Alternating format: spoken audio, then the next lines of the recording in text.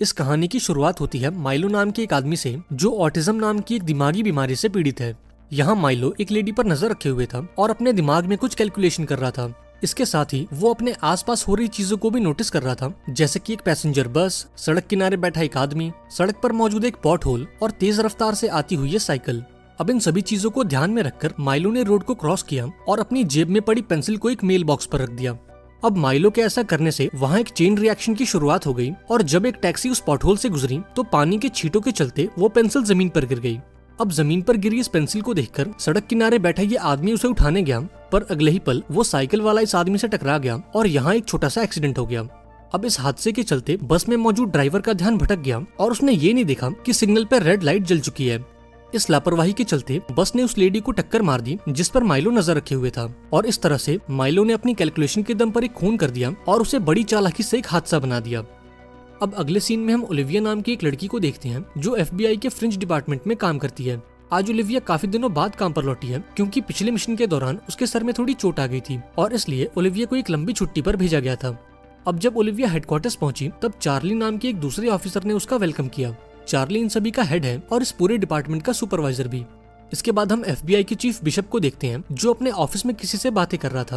अब यहाँ यह खुलासा होता है कि ओलिविया एक असली इंसान नहीं बल्कि एक क्लोन है और उसे दूसरे यूनिवर्स से बुलाया गया है। चीफ ने ऐसा इसलिए किया था क्योंकि पिछले मिशन के दौरान ओलिविया की जान चली गई थी। अब चूंकि ओलिविया उनकी सबसे बेस्ट एजेंट थी इसलिए चीफ उसे खोना नहीं चाहता था और इसलिए उसने एक क्लोन के अंदर ओलिविया की सारी यादें डाल दी और उसे फिर से जिंदा कर दिया। अब थोड़ी देर बाद डिपार्टमेंट के लोगों को उस हादसे की खबर लगी जहां एक बस ने एक औरत को टक्कर मार दी थी। यहाँ चार्ली सभी को बताता है कि पिछले एक हफ्ते में ऐसे हादसों की खबरें 2 बार आ चुकी हैं और हो ना हो इसके पीछे जरूर किसी इंसान का हाथ है।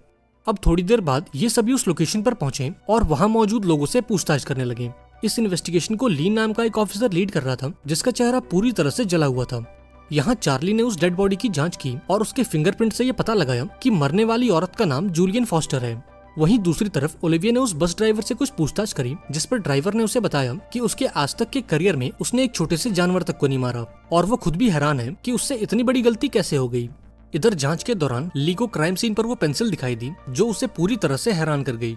अब थोड़ी पूछताछ करने पर यह बात पता लगी कि सड़क किनारे बैठा वो आदमी इसी पेंसिल को उठाने गया था और इसी बीच उसकी टक्कर उस साइकिल वाले से हो गई। अब ये सुनकर ली समझ गया कि इस पूरे फसाद की जड़ ये पेंसिल है और इसी ने उस चेन रिएक्शन की शुरुआत की होगी जिसके चलते उस औरत की मौत हो गई। इसके बाद ये सभी लोग हेडक्वार्टर्स पहुंचे जहां ली और चार्ली पिछले हफ्ते हुए हादसों में कोई कनेक्शन ढूंढने की कोशिश करने लगे। अब पहले तो इन हादसों में इन्हें कोई कनेक्शन नहीं मिला, लेकिन जब ली ने इन फोटोज को ध्यान से देखा तो उसे इन फोटोज में वो पेंसिल कॉमन दिखाई दी और इससे उसका शक यकीन में बदल गया कि इन दोनों हादसों के पीछे किसी इंसान का हाथ है। इसके बाद ली और चार्ली ने एस्ट्रिड नाम की एक लेडी को बुलाया जो इस फ्रिंज डिपार्टमेंट की एक मैथमेटिशियन है। यहाँ एस्ट्रिड सभी को बताती है कि एक ऐसे चेन रिएक्शन को जन्म दे पाना और उसे अपने फेवर में इस्तेमाल करना किसी भी इंसान के लिए इम्पॉसिबल है। लेकिन अभी वो कुछ और कहती कि तभी इन लोगों को एक और हादसे की खबर मिलती है। खबर मिलते ही ये सभी फौरन उस लोकेशन पर पहुंचे जहां इन्होंने देखा कि इस बार इनका विक्टिम जिंदा बच गया है। अब पूछताछ करने पर यह खुलासा हुआ कि एक छोटा सा कुत्ता अचानक से बस के सामने आ गया जिससे ये बस आउट ऑफ कंट्रोल हो गई।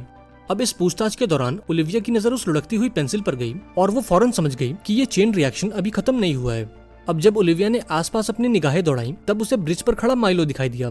ओलिविया देखती है कि माइलो रोड के उस पार एक आदमी को देख रहा है जो हेडफोन लगाए रोड को क्रॉस करने की कोशिश कर रहा था, पर तभी सामने से आ रही एम्बुलेंस ने इसे टक्कर मार दी और इस आदमी की मौके पर ही मौत हो गई। ये देखते ही ओलिविया ने अपने टीम मेंबर्स को इसकी सूचना दे दी और फौरन माइलो की ओर भागी। अब ओलिविया को अपनी तरफ आता देख माइलो ने कुछ हिसाब किताब लगाया और पास में पड़ी एक साइकिल को पुल से नीचे फेंक दिया। अब माइलो के ऐसा करते ही सामने से आ रही बस ने अपना रास्ता बदल दिया और सीधा उस ब्रिज की तरफ बढ़ने लगा जिसके ऊपर माइलो खड़ा था। इधर ओलिविया भी ब्रिज के ऊपर पहुंची और माइलो के सर पर अपनी बंदूक तान दी, लेकिन अभी वो कुछ कर पाती उससे पहले माइलो ने इस ब्रिज से जंप लगा दी और सीधा उस बस के ऊपर जा गिरा। अब जब तक ओलिविया कुछ समझ पाती तब तक माइलो उसकी गिरफ्त से निकल चुका था। इसके बाद माइलो अपने घर पहुंचा जहां उसकी बहन मैडी उसके लिए परेशान हो रही थी। यहाँ मैडी कहती है कि पिछले कुछ दिनों में हमें हॉस्पिटल से काफी कॉल्स आ चुके हैं और हमें जल्द से जल्द डॉक्टर से मिलने जाना होगा, लेकिन काफी समझाने के बाद भी माइलो हॉस्पिटल जाने के लिए राजी नहीं हुआ और मैडी की बातों को नजरअंदाज कर दिया। यहाँ मैडी ने उसे सरेंडर करने को कहा और उसे समझाया कि वो इस जुर्म की दुनिया में कितना आगे निकल चुका है। हालांकि माइलो को इन बातों से कोई फर्क नहीं पड़ा और वो अपने किए हुए कामों को जस्टिफाई करने लगा, लेकिन अभी वो कुछ और कहता कि तभी मैडी ने उसे एक प्लास्टिक का घोड़ा दिखा दिया जो उसे उसकी मॉम ने दिया था। अब ये घोड़ा देखकर माइलो काफी अनकंफर्टेबल हो गया और उसे अपनी मॉम की याद आ गई जो अब इस दुनिया में नहीं है। इसके बाद हम एजेंट ली को देखते हैं, जिसे रेगुलर स्किन चेकअप के लिए हॉस्पिटल लाया गया था। अब चेंबर में जाने से पहले ली ओलिविया से कहता है कि तुम उन तीनों लोगों के बीच कोई कनेक्शन ढूंढो जो इन हादसों में मारे गए हैं। अब इन बातों को ध्यान में रखकर ओलिविया अपने हेडक्वार्टर्स पहुंची और इन तीनों विक्टिम्स के बीच कोई कनेक्शन ढूंढने की कोशिश करने लगी। अब थोड़ी जांच के बाद ओलिविया को यह पता चला कि जो 3 लोग उन हादसों में मारे गए थे वो सभी एक ही हॉस्पिटल में काम करते हैं। इसके बाद ओलिविया ने ये सारी जानकारी चार्ली को दी और ये दोनों फौरन उस हॉस्पिटल में पहुंच गए। यहाँ ओलिविया की नजर कुछ मरीजों पर गई जो सेम टू सेम वही पेंसिल यूज कर रहे थे जो उन्हें क्राइम सीन पर मिली थी। थोड़ी देर बाद ये दोनों डॉक्टर लेविन से मिले और उन्हें उन तीनों विक्टिम्स की तस्वीर दिखाई। डॉक्टर लेविन ने उन तीनों लोगों की पहचान की और ओलिविया को बताया कि ये तीनों लोग इसी हॉस्पिटल में काम करते थे और एक खास एक्सपेरिमेंट का हिस्सा थे।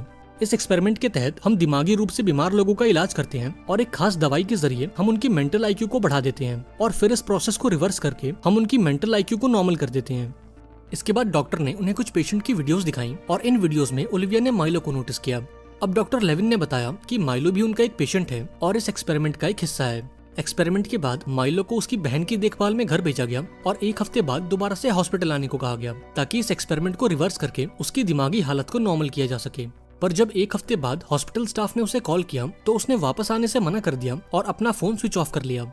अब माइलो की बहन का पता लगते ही ओलिविया और चार्ली ने उससे मिलने का फैसला किया और फौरन हॉस्पिटल के बाहर आ गए। लेकिन वो इस बात से अनजान थे कि माइलो ओलिविया की हर एक मूवमेंट को ऑब्जर्व कर रहा है और इन मूवमेंट्स में दिखने वाले पैटर्न को एनालाइज करके उसके अगले मूव को जानने की कोशिश कर रहा है।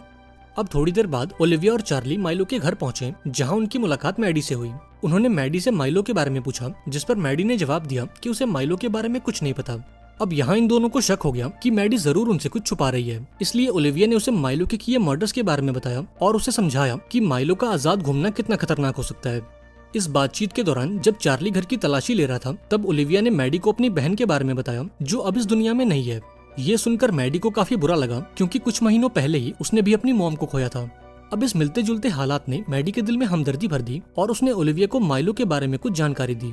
मैडी ने बताया कि उस एक्सपेरिमेंट के बाद माइलो का दिमाग काफी तेज हो चुका है और वो अपनी कैलकुलेशन को यूज करके अपने आसपास हो रही घटनाओं की भविष्यवाणी कर सकता है और उसके कंसंट्रेशन को भंग करने के लिए उसे वो लकड़ी का घोड़ा दिखाना होगा जो हमें हमारी मॉम ने दिया था। इसके बाद मैडी ने ओलिविया को एक लिफाफा दिया जिसके अंदर उस होटल का एड्रेस था जहाँ माइलो पिछले कुछ दिनों से रुका हुआ है। यहाँ मैडी ने ओलिविया से कहा कि अब वो ये घर छोड़कर जा रही है क्योंकि वो माइलो की इन हरकतों से तंग आ चुकी है। अब एड्रेस मिलते ही ओलिविया और चार्ली उस होटल की तरफ निकल गए जहां माइलो पिछले कुछ दिनों से छुपा बैठा है। वहीं दूसरी तरफ हम माइलो को देखते हैं जो होटल की खिड़की पर खड़े होकर कुछ कैलकुलेशन कर रहा था। वो अपने सामने मौजूद कंस्ट्रक्शन एरिया को देख रहा था जहां लो ऑक्सीजन लेवल का बोर्ड लगा हुआ था। दरअसल इस कंस्ट्रक्शन एरिया में धूल मिट्टी काफी ज्यादा थी और यहाँ सांस लेने के लिए एक ऑक्सीजन पंप की जरूरत थी। अब माइलो ने अपनी कैलकुलेशन करी और ओलिविया को जान से मारने का प्लान बनाया।